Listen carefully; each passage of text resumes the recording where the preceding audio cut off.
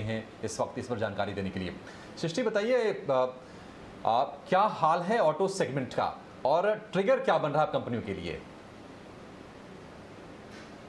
तो ऑटो शेयरों में हम कई समय से रफ्तार देख रहे थे और आज ऑटो इंडेक्स की बात करें तो नए उच्चतम स्तर पे एक लाइफ टाइम हाई पे हमने उसे जाते हुए देखा है। लगातार कई दिनों से ही हमें उसमें तेज़ी देखने को मिल रही थी, पर आज देखें तो 52 हफ्तों की ऊंचाई तो नहीं, लाइफ टाइम हाई यानी 2017 में जिस तरीके का लेवल्स हमने निफ्टी ऑटो इंडेक्स में देखा, आज उसके भी ऊपर निकलता हुआ नजर आया है। और इस साल की शुरुआत से लेकर अब तक देखें तो वाईटीडी रिटर्न्स जो हैं इसके करीब 10% से ज़्यादा के हैं। इस पूरे ऑटो पैक की तेज़ी को सबसे ज़्यादा लीड किसने किया है गेनर्स के टर्म्स में? तो महिंद्रा एंड महिंद्रा, और साथ ही इसके अलावा देखें तो TVS Motors, Ashok Leyland, Bajaj auto और मारुति सुजुकी। तो सिर्फ पैसेंजर व्हीकल ही नहीं, आप देख रहे हैं कि टू व्हीलर और साथ ही कमर्शियल व्हीकल से भी सेगमेंट से भी कुछ नाम सामने आ रहे हैं। इसके पीछे की जो वजहें हैं वो काफ़ी साफ हैं। हमने देखा है कि मेटल्स और कमोडिटीज़ में स्पेसिफिकली अब वो बेयर मार्केट में भी जा चुकी है। उसके इंडेक्स की बात करें तो 52 हफ्तों की ऊंचाई से लेकर अब तक कई सारी कमोडिटीज़ में ज़बरदस्त गिरावट देखने को मिली है। आप अगर देखें स्टील प्राइसेस, आपने अगर तेल की भी चाहेंगे, हमारे साथ जुड़ गए हैं रिलायंस सिक्योरिटीज़ के मितुल शाह, जो ऑटो सेक्टर को बहुत ही करीब से ट्रैक करते हैं। मितुल, बहुत शुक्रिया आपका समय देने के लिए। टीम ऑफ स्वदेश पर बहुत स्वागत है।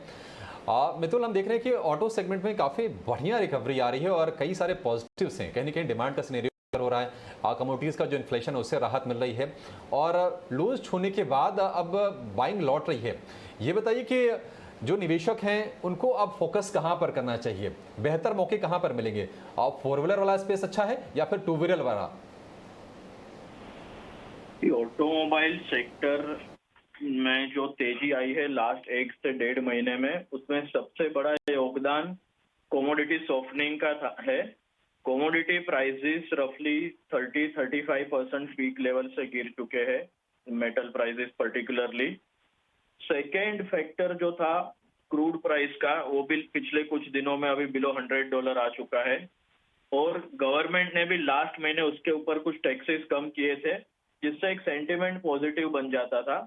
बट रिसेंट पिकअप जो है कुछ दिनों का, that is purely because of the monsoon deficit recover हो चुका है, जो पिछले महीने मिडल ऑफ जून या जून के एंड में दिख रहा था करीब करीब 15 से 20% टाइप का मॉनसून डेफिसिट, और even at the end of June भी वो 7-8% मॉनसून डेफिसिट था, जो आज के आंकड़ों के हिसाब से वो थोड़ा सा एक्सेस हो चुका है। या तो अगले कहे तो कि पूरी की पूरी तरह मॉनसून डेफिसिट रिकवर हो चुकी है। और rural is a major contributor, two wheelers में भी और पैसेंजर व्हीकल में भी। Nearly more than 50% volume rural से आता है टू व्हीलर सेगमेंट का, और फोर व्हीलर यानी कि पैसेंजर कार में भी 40-42% जितना वॉल्यूम रूरल इंडिया से ही कंपनी को मिलता है।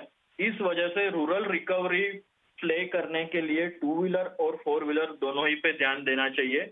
बट कुछ कंपनी जो ऑलरेडी काफी रनअप हो चुकी है, जैसे कि बजाज ऑटो, जहां पे एक्सपोर्ट स्टोरी ज्यादा मायने रखती है और एक्सपोर्ट में थोड़े इश्यू है because of the currency devaluation, तो हम बजाज को ना प्रिफर करते हुए उसके कंपैरिजन में हीरो मोटोकॉर्प को ज्यादा प्रिफर करेंगे। हीरो के नियरली 50% वॉल्यूम रूरल इंडिया से आने की वजह से, और एक वैल्यूएशन के लेवल पे भी हीरो काफी कंफर्टेबल है।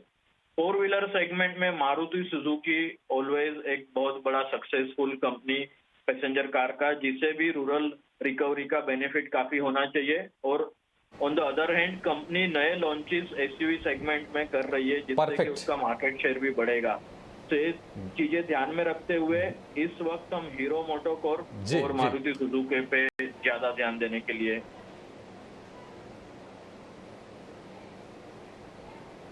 बिल्कुल संक्षेप में, बिल्कुल आपके लिए जो स्टॉक्स जरूरी है जानने वो हैं, रूरल रिकवरी का फायदा मिलेगा हीरो मोटो को, अपने सेगमेंट का लीडर, और फोर व्हीलर में अपने स्पेस की लीडर मारुति। ये दो स्टॉक अपने फोकस पे आपको रखने की जरूरत है। मित्र, बहुत शुक्रिया आपका समय देने के लिए और ये बेहतरीन एनालिसिस के लिए और ये अच्छे शेयर हमारे दर्शकों को सुझाने के लिए। सौरभ